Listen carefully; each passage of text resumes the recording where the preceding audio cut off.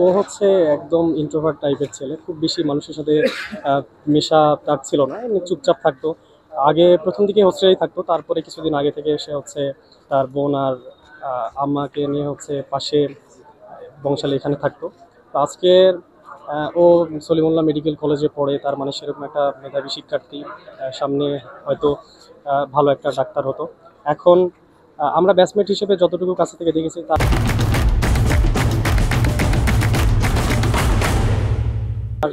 সেরকম কোনো রকম হচ্ছে বাজে আচরণ কারোর সাথে বা কোনো অপ্রত্যাশিত কোনো ঘটনা এরকম কখনোই আমাদের চোখে পড়েনি।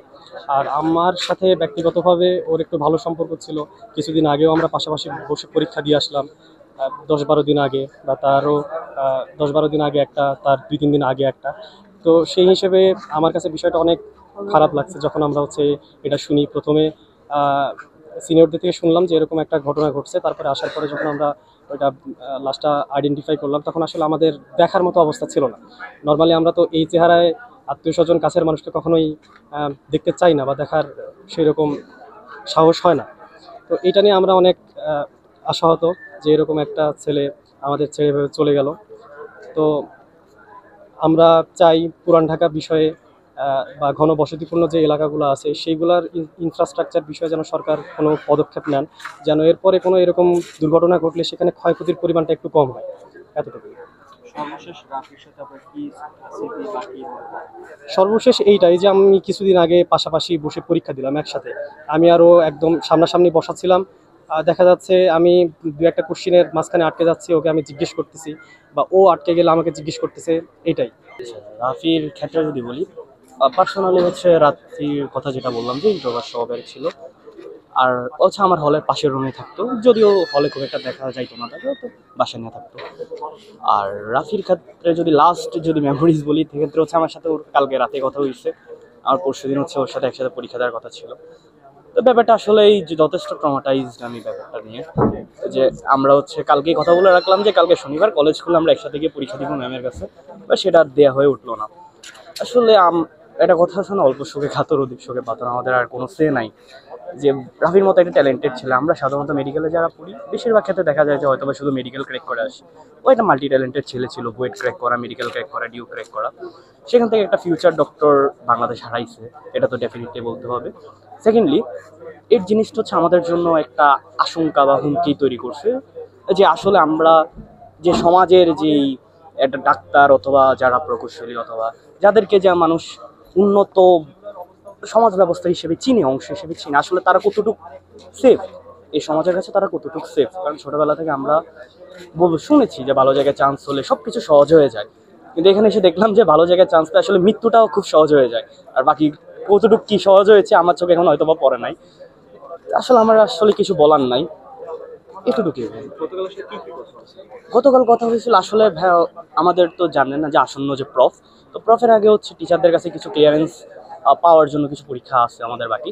তো ওর সাথে আমার গতকালকে কথা হয়েছিল যে ওই ক্লিয়ারেন্স নিয়ে ম্যামের সাথে গিয়ে কালকে কথা বলবো, পরীক্ষাতে ক্লিয়ার করে আসবো। তো এই নিয়ে হচ্ছে আর কালকে বিকালে ওর সাথে আমার কথা হয়েছে। আর ওই পরীক্ষা তো আর দেওয়া হয়ে উঠলো না, ওর সাথেও দেখা হয়ে উঠলো না। আসলে ভাইয়া চাওয়ার জিনিস নিয়ে বলে লাভ নাই, কারণ বিগত সময়গুলোতে আমরা এপ্রিল মাসে হচ্ছে যে কোটা সংস্কার আন্দোলন চেয়েছি, সেটা কতটুকু পেয়েছি আমি ঠিক জানি না। এরপরে পরবর্তীতে যখন 3 নাম্বার গেট, যখন সেখানে হচ্ছে একজন ভাঙ্গারি ব্যবসায়ী হত্যা হলো, সেটা নিয়েও আমরা ক্যাম্পাস থেকে আন্দোলন তুলেছি। সেটার কতটুকু ফলাফল আমরা পেয়েছি আমরা জানি না, কতটুকু ফলাফল দিতে পেরেছে এই সরকার। তো যদি কিছু চাওয়ার থাকে সরকারকে বলবো যে অবকাঠামোগত দিকগুলো থেকে একটু কনসার্ন হতে। নগর পরিকল্পনায়ন যদিও ব্যাপারটা অনেক বাস্ট একটা জিনিস, তারপরে যতটুকু সম্ভব কনসার্ন হওয়ার জন্য, যে বর্তমান যে প্রযুক্তিগত ব্যবহার আনতে অবকাঠামোগততে। আর সবচেয়ে বড় কথা হচ্ছে আসলে দেশের যে আতুরঘর, একটা একটা দেশকে বলতে আমি যদি বলি মূল বেসিস হিসেবে চালায় কারা, কৃষক শ্রমিক ওরা চালাচ্ছে। কিন্তু আপনি যদি উপরের দিক থেকে দেখেন, যে দেশের যে চিকিৎসা খাত অথবা দেশের যে প্রকৌশল খাত, যারা এনশিওর করছে, যে মেডিকেল ইঞ্জিনিয়ারিং ইউনিভার্সিটির স্টুডেন্টরা, যে আজকে যারা ডাক্তার হয়ে গেছে তারা তো হয়ে গেছে, বাট আগামীতে যারা হবে তারা আসলে কেমনভাবে থাকছে, ওই জিনিসগুলোর প্রতি একটু নজর দেয়া। এই যে গভর্নমেন্ট মেডিকেল বলেন, ঢাকা ইউনিভার্সিটি বলেন, এই হলগুলোর দিকে একটু নজর দেয়া। আসলে হলগুলোর ইনফ্রাস্ট্রাকচার কেমন, আপনি যদি আমাদের হলগুলোর দিকে তাকান অথবা ডিউর হলগুলোর দিকে তাকান, দেখবেন যে উপর থেকে দেয়াল খসে খসে পড়ছে। এরগুলো আমাদের নিত্যদিনের ঘটনা। তো এইভাবে করে তো আমরা মানে হচ্ছে নিজেদেরকে একেবারে বলি করে দিতে পারি না। দেশ আমাদের কাছে অনেক কিছু চাচ্ছে, আমরাও দেশকে দেওয়ার জন্য প্রস্তুত, কিন্তু হচ্ছে আমাদের নিশ্চয়তা, আমাদের যে সেফটি, আমাদের যে জীবনের নিশ্চয়তা, সেটাও দেশকে এনশিওর করতে হবে। এতটুকু চাও আর কি।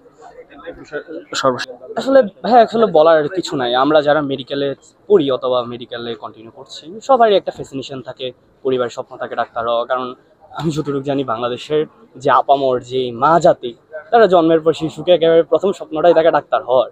এই জিনিসটাতে খুব একটা ব্যতিক্রম কিছু এখন পর্যন্ত আমার চোখে পড়েনি। মানুষ সাধারণত স্বভাবতই চায় যে ডাক্তার হওয়ার জন্য, তার ছেলে মেয়েদেরকে ডাক্তার বানানোর জন্য। ওই স্বপ্ন থেকে আমরাও গ্রো করি, পড়ালেখা করি, চান্স পাওয়ার চেষ্টা পাই, অথবা মানুষকে সাহায্য করার একটা স্বপ্ন ক্রিয়েট হয়। ওই রকম স্বপ্ন থেকে রাফি এসেছে আর কি। আশঙ্কা তো অবশ্যই হচ্ছে, আশঙ্কা কেন হবে না? আপনি যদি হলগুলার ফুটেজ নেন অথবা হসপিটালের এই যে অ্যাডওয়ার্ড, আপনার ডানে অ্যাডওয়ার্ড আছে, আপনি যদি অ্যাডওয়ার্ডের ভিতরে ইনফ্রাস্ট্রাকচার দেখেন, উপরের দিকে তাকালে দেখবেন দেয়াল খসে খসে পড়তেছে। সেই জায়গায় আমরা আমাদের প্রতিনিয়ত আমাদের ক্লাস করতে হচ্ছে, আমাদেরকে রুগী ডিল করতে হচ্ছে। সেক্ষেত্রে আপনি একটা ভয়ের ভিতরে যদি আপনি প্রতিদিন থাকেন, আপনার আশঙ্কা কেন হবে না? আপনাকে যদি একটা রুমে ছেড়ে দেওয়া হয়, সেখানে সাপ, তা আপনাকে যদি কোশ্চেন করা আপনাকে আশঙ্কা হচ্ছে সাপ নিয়ে, তা আপনার আনসারটা কেমন থাকবে? তো সিমিলারলি আমরা দেখছি যে প্রতিনিয়ত এখান থেকে দেয়াল খসে খসে পড়ছে, প্রতিনিয়ত আমার টেবিল চেয়ার, আমার বেডের উপরে দেয়াল খসে খসে পড়ছে। ওই যে দেয়ালের যে টুকরাটা, সেটা আমার মাথার উপরে যে কালকে পড়বে না তার তো কোনো নিশ্চয়তা নেই, তাই না? তো আশঙ্কা তো সর্বোচ্চ নিয়ে, আশঙ্কা নিয়ে আমরা থাকি। তো এটা নিয়ে তো আর কিছু বলার নেই।